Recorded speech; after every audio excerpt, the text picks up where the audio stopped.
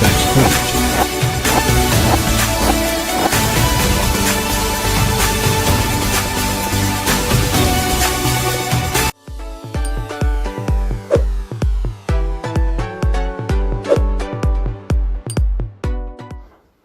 You can see odd functions and even functions.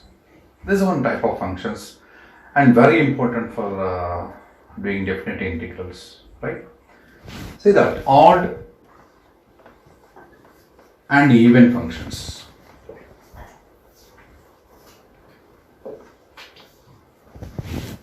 If f of x is odd, if f of x is odd,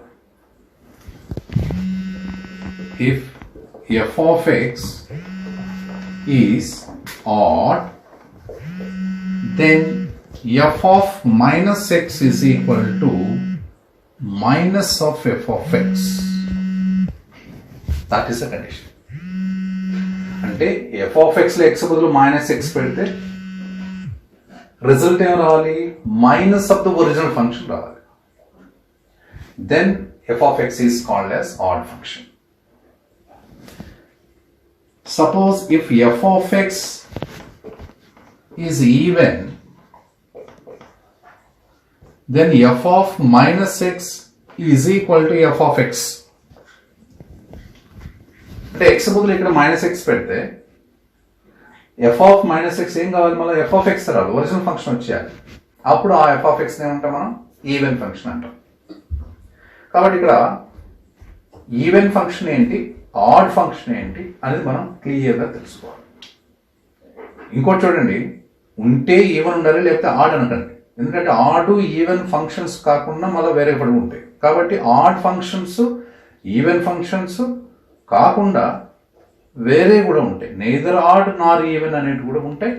మీరు క్లియర్గా ఈ conditions follow అయితేనే corresponding answers చేయాలి. Understand? For example you see that f of x is equal to x cubed. ఇది చూడండి, x బదులు minus x పెడితే ఇక్కడ f of minus X, x బదులు మైనస్ ఎక్స్ పెడితే minus X whole cubed, x బదులు minus X పెట్టాను, minus one whole cube అంతా మైనస్ అంటే ఎక్స్ క్యూబ్. ఏమైంది, ఇది original function X cubed, F of minus X is equal to minus of F of X వచ్చింది కదా, minus of the original function వచ్చింది కదా. కాబట్టి ఎక్స్ క్యూబ్ ఏమంటాం మనం, add function. It is add function.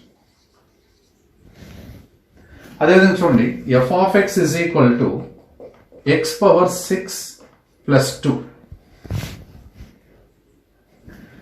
ఇక్కడ చూడండి, ఎఫ్ ఆఫ్ మైనస్ ఎక్స్ పెట్టండి,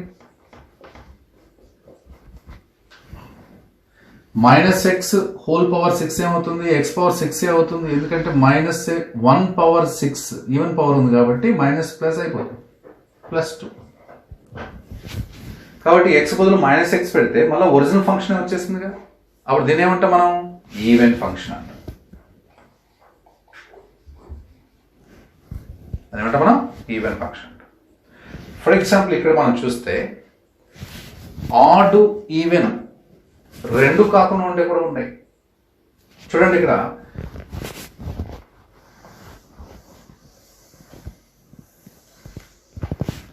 నేను F of x is equal to X square plus X plus 2 దీన్ని టెస్ట్ చేస్తాను.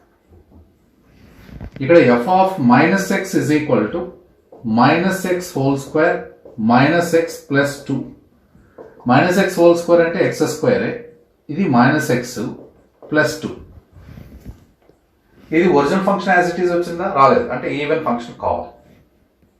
అట్లా చెప్పి దీన్ని మైనస్ కామన్ తీస్తే, దీంట్లోంచి మైనస్ కామన్ తీస్తే ఇక్కడ మైనస్ ఎక్స్ స్క్వేర్, ఇక్కడ ప్లస్ ఎక్స్, ఇక్కడ మైనస్ 2. దీంట్లోంచి మైనస్ కామన్ తీస్తే ఇక్కడ ఒరిజినల్ ఫంక్షన్ ఉందా అంటే F of minus X is not equal to minus F of X, అంటే ఆడ్ కూడా కాదు. Now this function neither add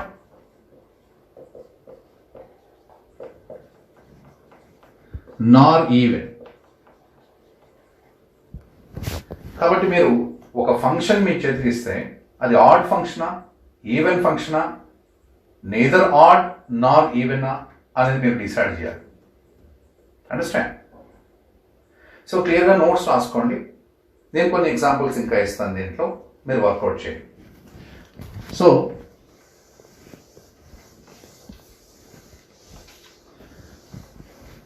here I'm giving one example. That is చూడండి, ఆడ్ ఫంక్షన్స్, ఈవెన్ ఫంక్షన్స్ కొన్ని ఇక్కడ represent చేస్తాను. మీకు ఎక్స్ క్యూబ్డ్ కానీ, X power 5 కానీ, సైన్ ఎక్స్ కానీ, టాన్ ఎక్స్ కానీ, అదేవిధంగా కాట్ ఎక్స్, కొసీకెంట్ ఎక్స్, ఇవన్నీ ఆడ్ ఫంక్షన్స్. అదేవిధంగా చూడండి, ఇక్కడ X square, X power 6, secant X, అదేవిధంగా ఇక్కడ కాస్ ఎక్స్, చూడండి, అదేవిధంగా route of a square minus x square, ఇవన్నీ ఈవెన్ ఫంక్షన్స్. ఇంకోటి చూడండి, ఇక్కడ ఈవెన్ ఫంక్షన్ లో మాడ్యులస్ ఎక్స్ కూడా ఈవెన్ ఫంక్షన్. ఆడ్ ఫంక్షన్ లో ఎక్స్ అనేది కూడా చూడండి, ఆడ్ ఫంక్షన్ లో ఎక్స్ అనేది ఆడ్ ఫంక్షన్, మాడ్యులస్ ఎక్స్ ఏవి ఈవెన్ ఫంక్షన్. ఇప్పుడు దీంట్లో కొద్ది లాజిక్ గమనించండి. ఆడ్ ఇంటూ ఆడ్ ఏమవుతుంది? ఈవెన్. ఆడ్ ఇంటూ ఆడ్ ఏమవుతుంది? ఈవెన్. అదేవిధంగా odd divided by odd function even అవుతుంది. అదే odd function into even function odd function అవుతుంది. అదేవిధంగా odd function divided by even function odd function అవుతుంది. అదే even function divided by odd function odd function అవుతుంది. గుర్తుపెట్టుకోండి, ఆడ్ ఇంటూ ఆడ్ ఏమి? Even. Odd divided by odd ఏమో even. Odd into even ఏమవుతుంది? Odd. Odd divided by even ఏమవుతుంది? Odd. Even divided by odd ఏమవుతుంది? Odd. Suppose చూడండి, ఇక్కడ x అనేది ఆడ్ ఫంక్షనే, సైన్ ఎక్స్ అనేది ఆడ్ ఫంక్షనే. ఇప్పుడు మనం ఎక్స్ ఇంటూ సైన్ ఎక్స్ ఏమవుతుంది? ఆడ్ ఇంటూ ఆడ్ ఏమవుతుంది? ఈవెన్ అవుతుంది. కాబట్టి దాన్ని బేస్ చేసుకుని కొన్ని మనం చెప్పచ్చు. ఇప్పుడు సపోజ్ ఎక్స్ అనేది ఆడ్ ఫంక్షన్, సైన్ ఎక్స్ అనేది odd function. X by sine x ఏమవుతుంది? Odd function. ఎందుకంటే ఆడ్ బై ఆడ్ ఏమి? ఆడ్ బై ఆడ్ ఏమవుతుంది? ఈవెన్ అవుతుంది. కాబట్టి odd by odd even, odd into odd even, odd into even odd function, odd by even odd function, even by odd odd function. బాగా గుర్తుపెట్టుకోండి. Once again practice చేయండి. Examples ఇక్కడ కొన్ని examples ఇచ్చాను. ఇంకేదైనా కొత్త ప్రాబ్లం వస్తే టెస్ట్ చేయడానికి మేము వెరీ క్లియర్. ఫంక్షన్ ఇవ్వగానే ఆ ఫంక్షన్లో ఎక్స్ ఉన్న చోట మైనస్ ఎక్స్ సబ్స్టిట్యూట్ చేసి సింప్లిఫై చేస్తే ఒరిజినల్ ఫంక్షన్ వచ్చిందంటే ఈవెన్ ఫంక్షన్ అని, minus of the original function వచ్చిందంటే ఆడ్ ఫంక్షన్ అని. ఈ రెండు రాకపోతే నెయిదర్ ఆడ్ నార్ ఈవెన్, అంటే ఆడ్ కాదు ఈవెన్ కాదు. గుర్తుంటుందిగా? బయట. సో ఇక్కడ మనం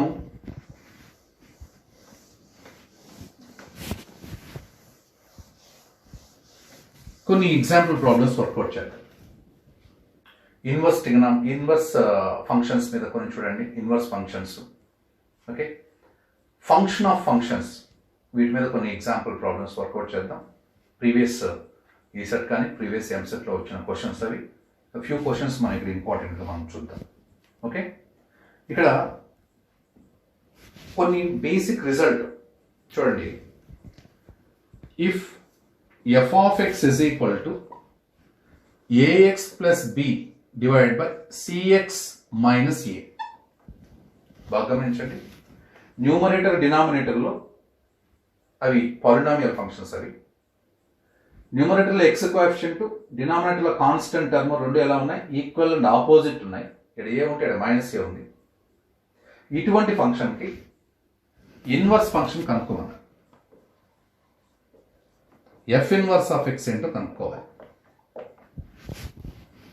ఇన్వర్స్ ఫంక్షన్ కనుక్కోమన్నప్పుడు మీకేం చెప్పాను నేను? ఇన్వర్స్ ఫంక్షన్ కనుక్కోమన్నప్పుడు ఫస్ట్ వాడు ఇచ్చిన ఫంక్షన్ని y అనే దాంతో డినోట్ చేసుకోవాలి. So y is equal to a x plus b divided by c x minus a denote చేసుకున్నాం. ఇప్పుడు ఎక్స్ ఇన్ టర్మ్స్ ఆఫ్ రాయాలి అంటే ఎక్స్ను మనం బయట లాగాలి, దీంట్లోంచి ఎక్స్ని సపరేట్గా తీసి ఇన్ టర్మ్స్ ఆఫ్ వై పెట్టుకోవాలి ఫంక్షన్. అందుకని క్రాస్ మల్టిప్లై చేద్దాం. దీన్ని ఇట్లా మల్టిప్లై చేస్తే వైతో వైసిఎక్స్, ఈ వైతో దీన్ని మైనస్ ఏవై, ఇటుపక్క ఏముంది ఇంకా ఏఎక్స్ ప్లస్ బి, ఇటుపక్క అటుపక్క ఎక్స్ టర్మ్స్ ఈడొకటి ఉంది ఈడొకటి ఉంది, ఈ వై టర్మ్ అలా పంపించి ఎక్స్ టర్మ్ ఇలా తెచ్చేసుకున్నాం. YCX minus a x is equal to a y minus a y అలా పోతే ఏవై ప్లస్ బి. అప్పుడు ఇక్కడ ఎక్స్ కామన్ చేస్తే ఏమొస్తుంది సివై మైనస్ ఏ, ఇక్కడ సివై మిగిలింది ఇక్కడ ఏ మిగిలింది, ఇటుపక్క ఏముంది ఏవై ప్లస్ బి. మనకు కావాల్సింది ఏంటి ఎక్స్ ఇజ్ ఈక్వల్ టు కదా, అప్పుడు a y plus b divided by c y minus a. ఇప్పుడు కంప్లీట్ గా x in terms of y వచ్చేసాం రాసింది కదా. ఇలా వచ్చిన తర్వాత ఎఫ్ ఇన్వర్స్ ఆఫ్ ఎక్స్ కావాలంటే ఏం చెప్పాను నేను, ఈ వై ఉన్న చోటంతా ఎక్స్ సబ్స్టిట్యూట్ చేసి దాన్ని యాజ్ ఇట్ ఈస్ గా తీసుకునేమని చెప్పాను, అదే ఎఫ్ ఇన్వర్స్ ఎక్స్. ఇప్పుడు చెప్పండి ఇక్కడ వై ఉన్న చోటంతా ఎక్స్ పెట్టేస్తే a x plus b divided by c x minus a. అంటే ఈ ఫంక్షన్ కి ఇన్వర్స్ ఫంక్షన్ ఏమొచ్చింది మనకు, మళ్ళా అదే ఫంక్షన్ వచ్చింది. అంటే ఈ టైప్ ఆఫ్ స్టాండర్డ్ ఫంక్షన్ గుర్తుపెట్టుకోండి, దీనికి ఇన్వర్స్ ఫంక్షన్ కనుక్కుంటే ఏమొస్తుంది, మళ్ళా ఎఫ్ ఆఫ్ ఎక్స్ వచ్చింది. This is nothing but F of X. Understand? కాబట్టి ఇలాంటి ప్రాబ్లమే ఒకటి న్యూమర్, ఇప్పుడు ఏబిసి వీటి బదులు న్యూమరికల్ సెట్ చేసి ఒక ఎగ్జాంపుల్ మనం మాట్లాడుకుంటే F of x is equal to 3x plus 2 divided by X minus 3. చూడండి న్యూమరేటర్ డినామినేటర్లో మనకు పాలినోమియల్స్ ఉన్నాయి, న్యూమరేటర్లో ఎక్స్ కోఎఫిషియంట్, డినామినేటర్లో కాన్స్టెంట్ టర్మ్, రెండు ఎలా ఉన్నాయి ఈక్వల్ అండ్ ఆపోజిట్ ఉన్నాయి. అంటే ఇక్కడ 3 ఉంటే ఇక్కడ -3 ఉంది. ఆ టైప్ ఉంటే దానికి ఇన్వర్స్ ఫంక్షన్ ఏమొస్తుంది, సేమ్ ఇదే ఫంక్షన్ మళ్ళీ వస్తుంది. అంటే దీనికి ఎఫ్ ఇన్వర్స్ ఆఫ్ ఎక్స్ ఏంటి అంటే ఎఫ్ ఆఫ్ ఎక్స్ అంటే సేమ్ యాజ్ ఇట్ ఈస్. కాబట్టి ఈ స్టాండర్డ్ ప్రాబ్లం మీకు ఎప్పుడైనా సరే ఇట్లాంటి క్వశ్చన్ వచ్చిందంటే డెఫినెట్గా దాని ఇన్వర్స్ ఫంక్షన్ ఏమొస్తుంది, మళ్ళా ఎఫ్ ఆఫ్ ఎక్సే అవుతుంది. మీరు గుర్తుంచుకోవాల్సింది న్యూమరేటర్ డినామినేటర్లో పాలినామియల్ అయి ఉండి ఫస్ట్ డిగ్రీ పాలినామియల్ అంటే మనకు second degree third degree polynomials, numerator డినామినేటర్లో ఫస్ట్ డిగ్రీ పాలినామియల్ అయి ఉండి న్యూమరేటర్లో ఎక్స్ కోఎఫిషియంట్, డినామినేటర్లో కాన్స్టెంట్ టర్మ్, న్యూమరేటర్లో ఎక్స్ కోఎఫిషియంట్, డినామినేటర్లో కాన్స్టెంట్ టర్మ్, ఈ రెండు ఈక్వల్ అండ్ ఆపోజిట్ అయి ఉంటే, ఈ రెండు ఎలా ఉండాలి ఈక్వల్ అండ్ ఆపోజిట్ అయి ఉంటే అప్పుడు మనం ఏం చెప్పచ్చు, ఇన్వర్స్ ఫంక్షన్ దానికి ఏమవుతుంది ఎఫ్ ఆఫ్ ఎక్సే అవుతుంది. గుర్తుంచుకుంటారా? ఈ జస్ట్ మీరు ఏంటంటే ప్రాబ్లమ్ దీనిపైన ప్రాక్టీస్ చేయాలి. న్యూమరికల్స్ ఇలా అనుకొని మనం ప్రాక్టీస్ చేయాలి. ఎందుకంటే మనం వీడియో క్లాసెస్లో మనం అన్ని ఇక్కడ సబ్జెక్ట్ మొత్తం చెప్పేయాలంటే మీకు కంప్లీట్గా నీకు చాలా వాస్ట్ అయిపోతుంది. కాబట్టి ఇక్కడ చెప్పిన దాన్ని క్లూ ఇచ్చి దీన్ని బేస్ చేసుకుని ఇంటి దగ్గర మీరు వర్క్ చేయాలి, దీని మీద ప్రాక్టీస్ చేయాలి. అప్పుడేమవుతుంది, కొద్దిగా మీ కాన్ఫిడెన్స్ వస్తుంది. అండర్స్టాండ్?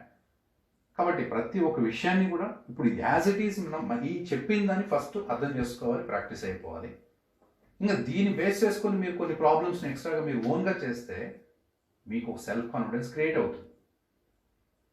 దీన్ని బేస్ చేసుకుని ఒక్క ప్రాబ్లం కొత్తగా మీరు చేసినా సరే ఖచ్చితంగా మీకు ఒక కొండంత బలం వస్తుంది. అంటే ఓన్గా ఏదైనా నీ ప్రాబ్లమ్ సాల్వ్ చేస్తే ఆ మనిషికి వచ్చే ధైర్యము, ఆ మనిషికి వచ్చే సంతోషం ఎట్లుంటుందో ఒకసారి మీరు టేస్ట్ చేయండి.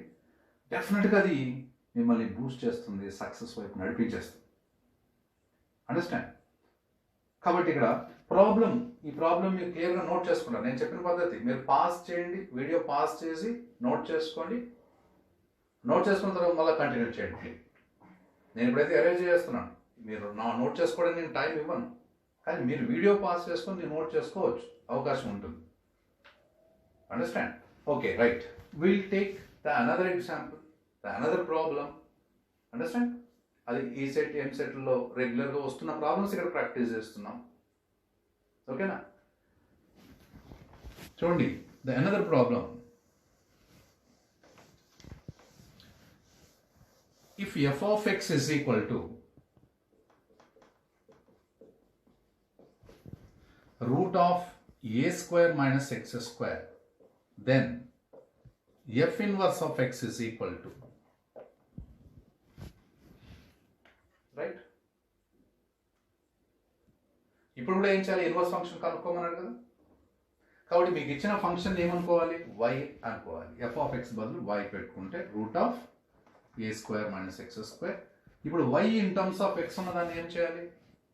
x in terms of y రాయాలి. అంటే x ని మనం ఎక్స్ట్రాక్ట్ చేసి బయట లాగాలి.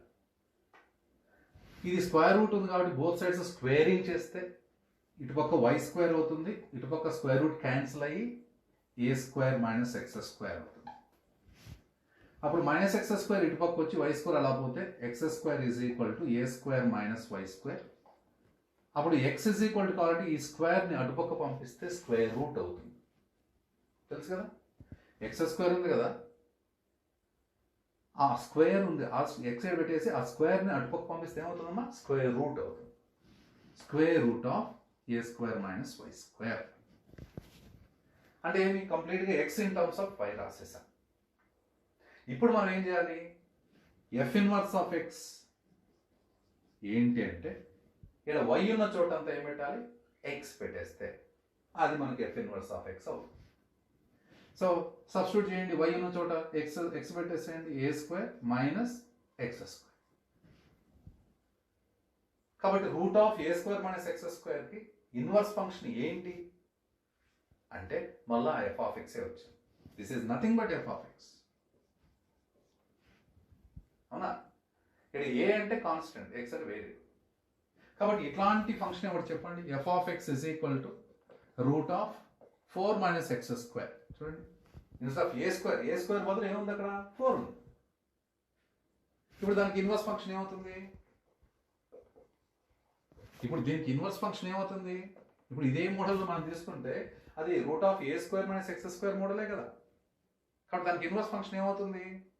సేమ్ మళ్ళీ ఎఫ్ ఆఫ్ ఎక్స్ అవుతుంది. Same this inverse function is nothing but root of 4 minus x. Suppose if f of x is equal to root of 1 minus x square, then what is the inverse of that function అంటే అది కూడా అంతే.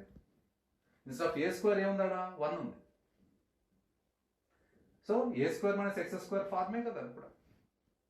కాబట్టి దానికి inverse function ఏమవుతుంది? Same F of x అవుతుంది. కాబట్టి ఇట్లాంటి ప్రాబ్లమ్స్ని మీరు రెగ్యులర్ ప్రాక్టీస్ చేస్తూ ఉండాలి. కొత్తగా ఇంకా ఏదైనా ప్రాబ్లమ్స్ వచ్చినా కూడా దాన్ని ఇదే ప్రాసెస్ అప్లై చేయాలి, ఇదే మెథడ్ అప్లై చేయాలి. అండర్స్టాండ్? దాన్ని రెగ్యులర్గా ప్రాక్టీస్ చేస్తుంటే షార్ట్ టైంలో ఆన్సర్ చేయడానికి వీలు. రేపు పొద్దున మీరు క్వశ్చన్ పేపర్లో ప్రతి క్వశ్చన్ మీకు బాగా పరిచయం ఉండాలి. రేపు పొద్దున క్వశ్చన్ పేపర్లో ఈ సెట్ క్వశ్చన్ పేపర్ మీరు తీసుకుంటే దాంట్లో ప్రతి క్వశ్చన్ మీకు బాగా పరిచయం ఉండాలి. మీ క్లోజ్ ఫ్రెండ్ ఎంత పరిచయం అయి ఉంటాడో ఆ విధంగా ఆ క్వశ్చన్ మీకు పరిచయం అయి ఉండాలి. అంటే మీరు ఎగ్జామినేషన్కి ముందు ఆ క్వశ్చన్స్ అన్నిటినీ అన్నిసార్లు పలకరించి ఉండాలి, అన్నిసార్లు వాటితో మెలిగి ఉండాలి, అన్నిసార్లు వాటిని సాధించి ఉండాలి, వాటితో మనం మింగిల్ అయి ఉండాలి. అప్పుడే అవి క్లోజ్ అవుతాయి, అప్పుడే బాగా పరిచయం అవుతాయి, అప్పుడే మీరు దాని ఆన్సర్స్ మీరు తీసుకురాగలరు. అండర్స్టాండ్? కాబట్టి ఒక క్లోజ్ ఫ్రెండ్ మీకు అయినాడంటే అతని మనసుని ఎంత మీరు చదువుంటారు. అదేవిధంగా ఇక్కడ మీకు ఈ క్వశ్చన్స్ అన్ని మీకు ఆన్సర్ రావాలంటే ఆ క్వశ్చన్లో ఉన్న టోటల్ అర్థం చేసుకోవాలి. అర్థం చేసుకున్న దాన్ని మనం కరెక్ట్గా ఆన్సర్ రావడానికి ఉపయోగించుకోవాలి. అర్థమైందా? ఈరోజు మీ క్లోజ్ ఫ్రెండ్ ఒకరు ఇద్దరు ఉన్నారు కదా, వాళ్ళు ఎలా అయినారు? 1 year మీరు వాళ్ళ మనసుని అర్థం చేసుకుంటారు కాబట్టి క్లోజ్ ఫ్రెండ్ అయ్యారు. కాబట్టి ఇవి అంత సులభంగా మీకు క్లోజ్ అవుతాయా? వీటి క్వశ్చన్స్ ఈ ఆన్సర్లు రావడానికి ఎంతో మీరు అర్థం చేసుకోవాలి. అర్థం చేసుకోవడానికి కష్టపడాలి. అర్థం చేసుకోవడానికి 10 మందిని అడగాలి. అర్థం చేసుకోవడానికి 1-2 సార్లు మనం దాని గురించి ఆలోచించాలి. అండర్స్టాండ్? కాబట్టి మీరు ఏది ప్రిపేర్ ప్రిపేర్ అవుతున్నా సరే ఒకటి ఎయిమ్ పెట్టుకోండి. మన ప్రిపరేషన్ అంతా కూడా మన కోసం, మన ఫ్యామిలీ కోసం, మన దేశం కోసం అని గుర్తుపెట్టుకోండి. మన దేశంలో ఉన్న ప్రతి ఒక్కరు కూడా క్వాలిటీ మెయింటైన్ చేయాలి. అది హెల్త్ విషయమైనా, వెల్త్ విషయమైనా, ఎడ్యుకేషన్ విషయమైనా సరే ఇక్కడ క్వాలిటీ మెయింటైన్ చేయాలి. ఓకే, ప్రతి ఒక్కరు దానికోసం ట్రై చేద్దాం కదా. Right. So one more problem you see. I will take function of functions లో ఒక ప్రాబ్లం తీసుకుందాం. చూడండి, ఆయన question, if f of x is equal to x by root of 1 minus x square and g of x is equal to x by root of 1 plus x square, then f circle g of x is equal to, అది question. f circle g of x అంటే ఏంటి అంటే f of g of x అంటే f circle g of x అంటే ఏంటది? f of g of x అంటే f of x లో x ఉన్న చోటంతా ఏం పెట్టాలి? g of x ని తీసుకెళ్ళి సబ్స్టిట్యూట్ చేసి సింప్లిఫై చేయమని మీనింగ్. ఓకే, ఇప్పుడు ఆ ప్రకారంగా మనం ఇక్కడ x ఉన్న చోటంతా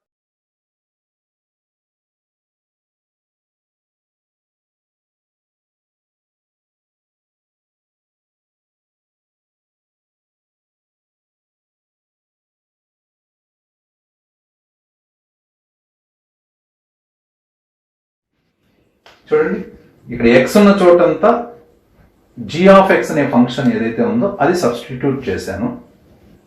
సబ్స్టిట్యూట్ చేసి ఇప్పుడు దాన్ని క్లియర్గా మీరు సింప్లిఫై చేసి, దీనంతా సింప్లిఫై చేసి సాల్వ్ చేస్తే x అని వస్తుంది. అదే ఆన్సర్. అండర్స్టాండ్?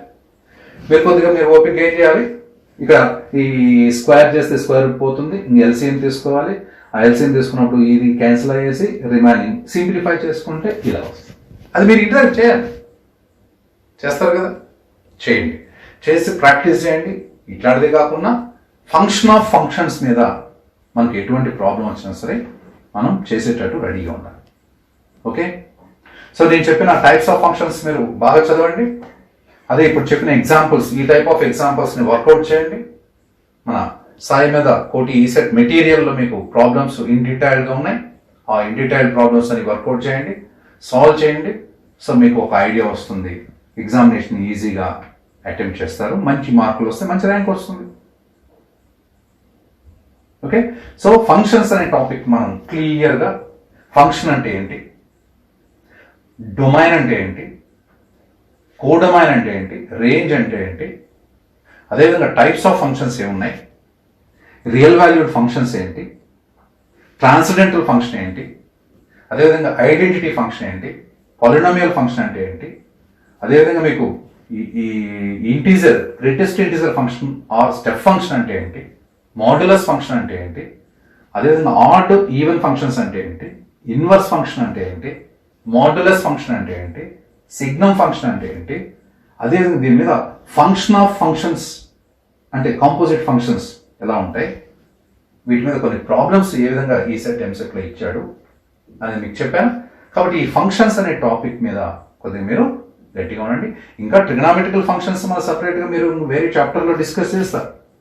మళ్ళీ ట్రిగ్నామెట్రికల్ ఫంక్షన్స్ మీద మనం ఇన్ డీటెయిల్గా వెళ్ళాల్సిన పని లేదు. ఇక్కడ ఇంకో చాప్టర్ సపరేట్గా ఉందని, ఆ ట్రిగ్నామెట్రికల్ చాప్టర్ పక్కనే హైపర్బోలిక్ ఫంక్షన్స్ వస్తాయి, ఇన్వర్స్ హైపర్బోలిక్ ఫంక్షన్స్ వస్తాయి. అదేవిధంగా లాగరిథమిక్ ఫంక్షన్ కూడా ఉంది. లాగరిథమిక్ ఫంక్షన్ అంటే you know very well. So ఇక్కడ లాగరిథమిక్ ఫంక్షన్లో చూడండి, f of x is equal to log x base a. ఇక్కడ ఖచ్చితంగా ఏంటంటే ఈ ఎక్స్ అనేది ఎలా ఉండాలంటే ఎక్స్ ఈస్ గ్రేటర్ దెన్ 0 అని ఏంటి, లాగ్ ఎక్స్ బేస్ ఏలో ఎక్స్ అనేది ఎలా ఉండాలి, గ్రేటర్ దెన్ 0. నెగిటివ్ వాల్యూస్ ఉండకూడదు.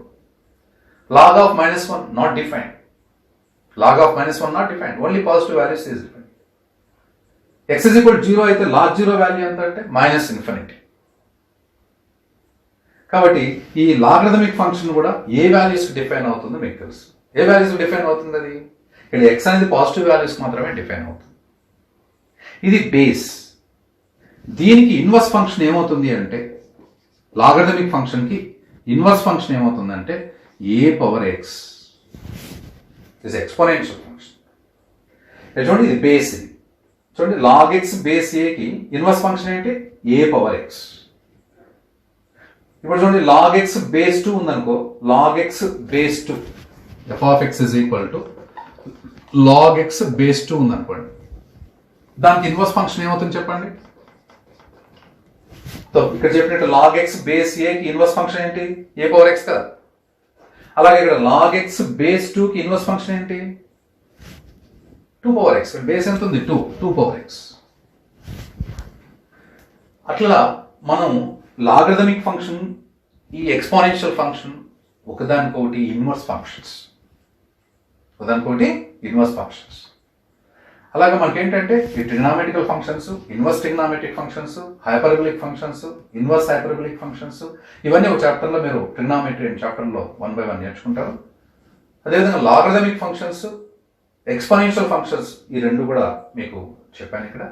సో ఇవన్నీ కూడా మనం ఏంటంటే క్యాలిక్యులస్లో ఈ ఫంక్షన్స్ అన్ని డిఫరెన్షియేషన్, ఇంటిగ్రేషన్లో మనం టచ్ అవుతూనే ఉంటాయి. ఆ టచ్ అవుతున్నప్పుడు ఈ కాన్సెప్ట్స్ మైండ్లో ఉంటే ఈజీగా మీరు మూవ్ కావచ్చు. కాబట్టి ఫంక్షన్స్ అనే టాపిక్ మీద ఈ డీటెయిల్స్ అన్ని మీరు ముందు పెట్టుకొని నెక్స్ట్ టాపిక్స్లోకి మీరు ఎంటర్ అయితే ఈజీగా ఉంటుంది. నెక్స్ట్ టాపిక్ ఏంటంటే లిమిట్స్ అండ్ కంటిన్యూటీ. నెక్స్ట్ సెషన్లో మనం ఆ టాపిక్ గురించి డిస్కస్ చేసుకున్నాం. అంతవరకు ఈ టాపిక్ మీరు ప్రాక్టీస్ చేస్తుండండి. హ్యాపీగా ప్రాక్టీస్ చేయండి, ఇష్టంగా ప్రాక్టీస్ చేయండి. కష్టమేమో అనిపించదు. మన సక్సెస్ చాలా దగ్గరగా వెళ్ళే అవకాశం ఉంది.